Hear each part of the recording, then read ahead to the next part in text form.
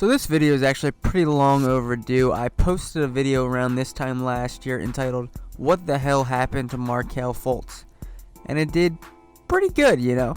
But in the video was a detailed analysis of everything that happened to the #1 pick up to this point last year. You can see the video link in the description if you want to check it out. Now, to catch you up to speed, the abridged version of Markelle Fultz's time in Philadelphia goes something like this.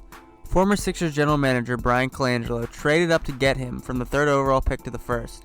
He plays well in the summer league, goes away for the summer, and comes back to training camp with a very noticeable hitch in his shot. He debuts that shot against the Wizards at the foul line on opening night. All sorts of backlash, he said, she said, on whether or not he is actually injured. He plays 2 more games and then is ruled out indefinitely with a shoulder injury. No timetable to return.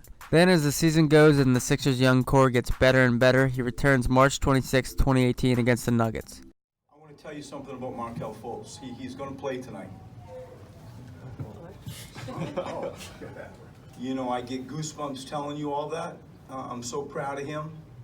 He becomes the youngest player ever to have a triple-double on April 11th against the Bucks, and then doesn't play a whole lot in the playoffs, which is kind of expected for someone who sat out that long. Fast forward to that summer 2018, and he is working out with respected trainer Drew Hanlon, who isn't shy about sharing Fultz's progress on social media. That is kind of where that video ends, and I leave with a sense of optimism about Fultz's future, especially in Philadelphia. Which, looking back on it, makes me look like a total fucking idiot. But that's alright, I've been in this situation before. Now, his second season in Philadelphia, he was getting better, but there were still very noticeable hitches in his shot. And to make matters worse and much more confusing, it was revealed that Fultz was no longer on speaking terms with trainer Drew Hanlon. Right around the time that TJ McConnell was starting to get more minutes than Fultz, Fultz was pulled from the Sixers lineup per recommendation of his agent Raymond Brothers. Raymond Brothers' logic here was that his shoulder was still not healthy enough and he should not be playing in the condition that it is. Which makes sense if you 100% believe that the shoulder injury was the problem all along. Again, more fans were just scratching their head because they never got the reason for why the shoulder may have been injured in the first place.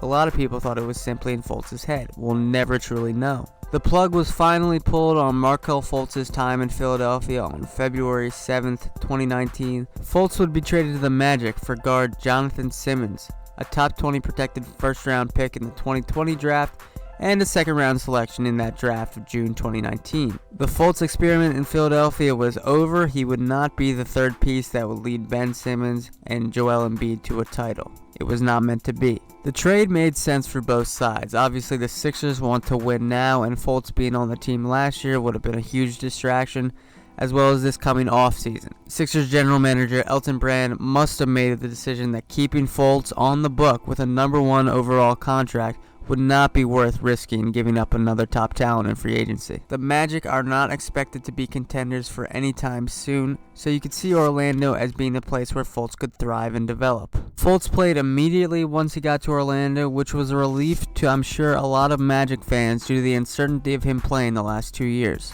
Now, the overall coverage and the public perception of Fultz's transition from the Sixers to the Magic, I think, has been very poor.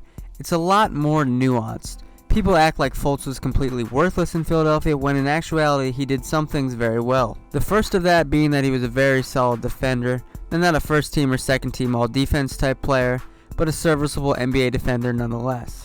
Another thing he did well when he was in Philly was utilize his speed and freak athleticism to drive to the basket to either score for himself or create opportunities for others. These highlight reel dunks you see, well, he did that in Philly as well. So assuming these elements of his game have stayed the same or potentially gotten even a little bit better, the only thing you can really judge Fultz's progress on is how much he has improved his shooting. That is, of course, his outside shooting and his free throw shooting. And all things considered, he does seem to be making considerable strides in Orlando so far. Now let's take a look at his free throw shooting, which is about as cut and dry as a basketball statistic can be. This year, Fultz has made a massive leap at the line, shooting 79.2%, which is amazing considering as a rookie he shot 47.6%, and as a sophomore he shot 56.8%. He doesn't get to the line often, but he averages 1.8 free throws made per game on about 2.3 shots, which is leaps and bounds ahead of where he was the past 2 years. He even has a higher free throw percentage than he did in college, even though in college he got to the line about 3 times more than he currently does in the NBA. But maybe the most noticeable improvement of his free throw isn't something you see on a box score. It's just that the form actually looks like a basketball player. He did all sorts of experimentation with his free throw shot the last 2 years on the Sixers. This year it actually looks like a shot. It looks like he's actually played basketball before when he gets to the line. I've yet to see any sort of free throw lowlights from him on Twitter this year, which is actually an incredibly good thing. Now let's take a look at his shot away from the free throw line. He's attempting and making more field goals this year with a percentage of 47.9% shooting. And while his 3-point numbers aren't good at all, from 2-point land he is shooting 53% on 4.6 makes per game and 8.6 attempts. But the most critical statistic here is that his mid-range game is slowly coming back, folks. From jumpers in between 10 and 14 feet and 15 and 19 feet, he is shooting 47.2% and 46.7% respectively. That is leaps and bounds ahead of 34.4% and 20% from those areas last year. Now he's still struggling from anything outside 20 feet, but opening up his mid-range game, shooting a little bit deeper shots, it's a good sign if you're a Magic fan. Now, why do I think Fultz is improving? Well, for a few reasons. First off, whatever treatment he received during his off time last year on the Sixers and the Magic looks to have done some work, so compliments to the doctors, modern medicine, you get a shout out. Secondly, a change of scenery was probably much needed for Fultz, and while the Philly crowds were as supportive as you can be of a player, perhaps playing on a contender was too much pressure and too soon for the young man. The Magic are right around the 8th seed right now. They're not expected to be contenders for a while, so the pressure's off. He can play more freely, has more freedom. Also, the noticeable drop in talent from the Sixers to the Magic means Fultz is now one of the primary players on the Magic. He's free to now play his game in a much low pressure situation, and the fans seem to love him, as they should. Philly loved him, the Magic love him. Everybody loves Fultz. Now, if I'm a Magic fan, I would remain cautiously optimistic.